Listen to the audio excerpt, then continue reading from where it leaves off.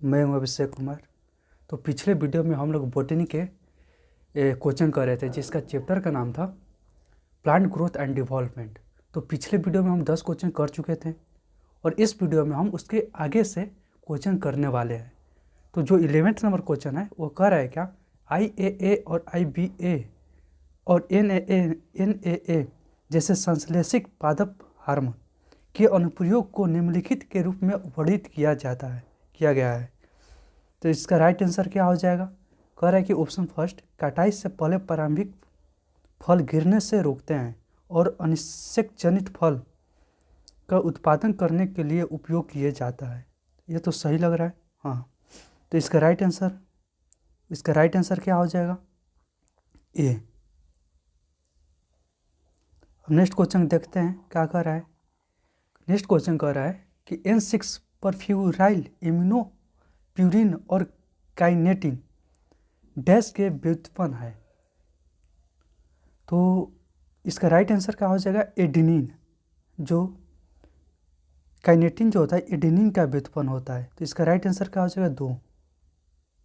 तो अब next question देखते हैं।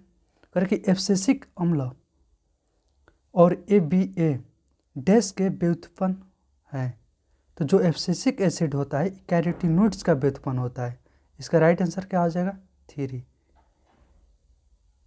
फिर क्या कर रहा है कि निम्नलिखित में से कौन सा गलत है? करें कि ऑप्शन फर्स्ट कर रहा है एब्सिसिक एसिड वृद्धि अवरोधक नियामक है। ये तो सही है।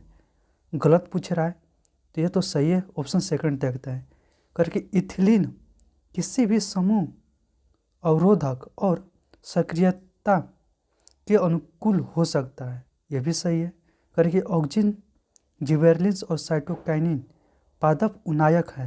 यह भी सही है। तो अब बच्चा ऑप्शन 4। तो इसका राइट आंसर क्या हो जाएगा? यह, यानी कि जो ऑप्शन 4 जो है ये गलत है।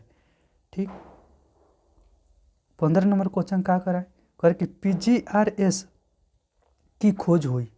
जो PGRS की जो खोज हुई थी वो पांचों आकस्मिक हुआ था, एक्सीडेंटल हुआ था। इसका राइट आंसर क्या हो जाएगा? 4th।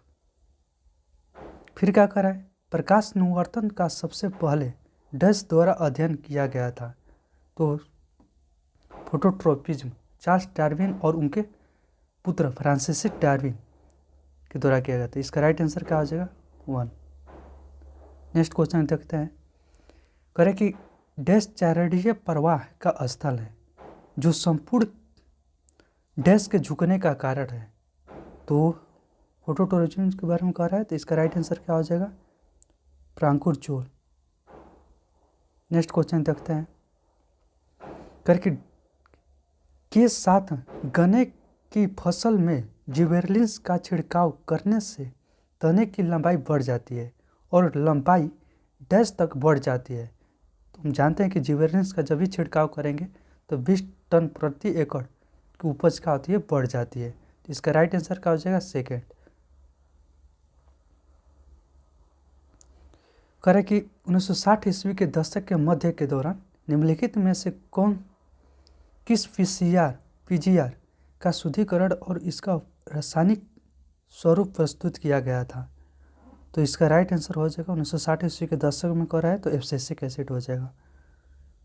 ठीक।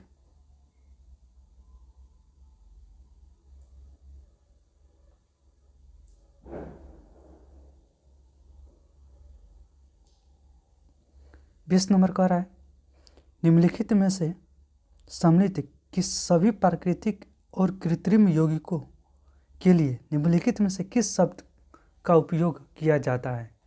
तो वृद्धि के लिए कह रहा है तो वृद्धि के लिए ऑक्सिन का उपयोग किया जाता है। तो इसका राइट आंसर क्या हो जाएगा? 2nd। एक बार ध्यान से देखिएगा, इसमें ऑक्सिजन भी है ऑक्सिन भी है, तो कन्फ्यूज नहीं होना है। वृद्धि के लिए ऑक्सिन शब्द का यूज किया जाता है, ऑक्सिजन का नहीं। तो ध्यानपूर्वक से मारिएगा। ठीक। क्वेश्चन अच्छा लगा तो लाइक और सब्सक्राइब जरूर कीजिएगा और शेयर करना मत भूलिएगा। तो आज के लिए इतना ही रहेगा, बाकी नेक्स्ट वीडियो में।